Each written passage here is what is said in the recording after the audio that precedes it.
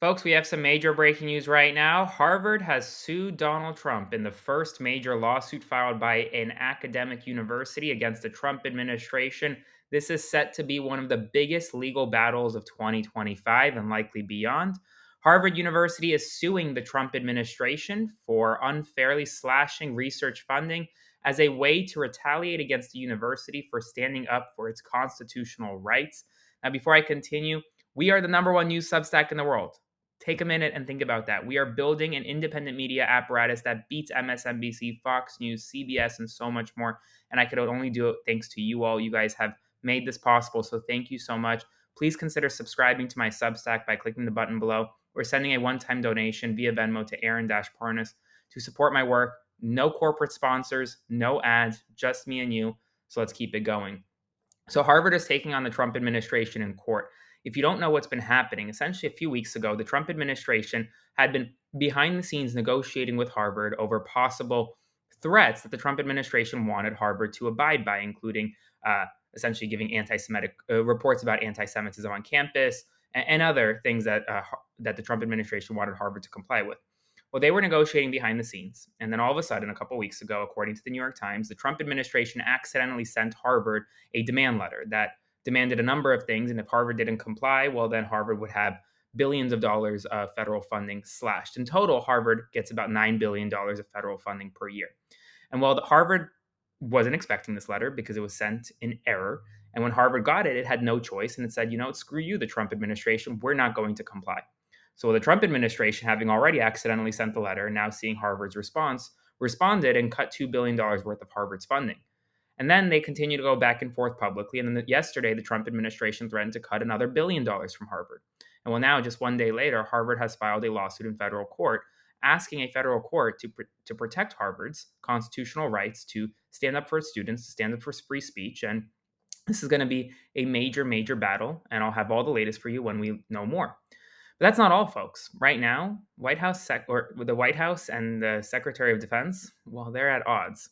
According to NPR, the White House is looking for a new Secretary of Defense, Caroline Leavitt, and the White House have denied the report. But on Capitol Hill, at least one Republican, Congressman Don Bacon, who chairs the House Armed Service Committee's Cyber Subcommittee, has become the first Republican congressman to publicly say Pete Hegseth, the Secretary of Defense, should step down. Bacon said, quote, "I'm not going to tell the White House how to manage this, but I find it unacceptable, and I wouldn't tolerate it if I was in charge," related to the complete disarray that is going on within the Pentagon right now.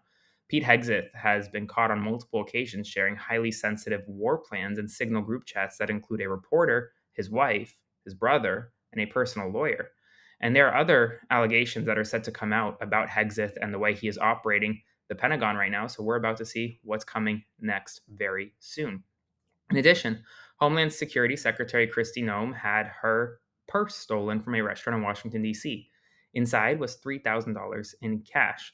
Two questions arise. Number one, why is the secretary carrying $3,000 in cash? And number two, how can Secret Service let someone get so close to her that they stole her purse? That's pretty crazy, to me at least. A recent RMG poll shows that Democrats are holding a slight lead over Republicans in the congressional generic ballot, leading 48% to 44%. Today, there was a bloodbath on Wall Street. Stocks dropped about 2.4% in the S&P 500, another 2.5% in the NASDAQ 100. Why? Because of Donald Trump's threats to fire Jerome Powell, the chairman of the Federal Reserve. Meanwhile, the S&P Global Ratings warned that the White House's crackdown on higher education could financially strain colleges and universities that depend heavily on federal research funding. The agency noted that, quote, "material cuts to federal research funds could create operating pressures." This warning follows recent actions by the Trump administration to freeze about $2.2 billion in grants for Harvard, canceling another $400 million for Columbia earlier this month. Bob Menendez's wife was found guilty in her role in his bribery scheme. Today, a watchdog group called American Oversight urged a federal judge to block the Trump administration from deleting any messages from the second Signal chat Pete Hegseth set up that included his wife, brother, and personal lawyer. In Wyoming, a federal judge has blocked state laws in Wyoming, allowing the state's only abortion clinic to start offering surgical abortions once again, at least for the time being. This morning, a Delta Airlines Airbus A330 operating on a flight from Orlando to Atlanta experienced an engine fire during pushback. All 282 passengers and 12 crew members slid down via emergency slides and are safe. Donald Trump and the First Lady are going to attend Pope Francis's funeral in Rome later this week or next week. Interior Secretary Doug Burgum has empowered a former oil executive and former aide to Elon Musk with significant authority to slash costs and streamline operations across the Department of Interior. Folks, that's all the news right now. It was a busy day. I'm sure it's going to be a busier night. But if you want to support my work, please consider becoming a paid subscriber to my Substack by clicking the button below, or supporting my work by sending a one-time donation via Venmo to Aaron Parnas. And I'll see you once again this evening.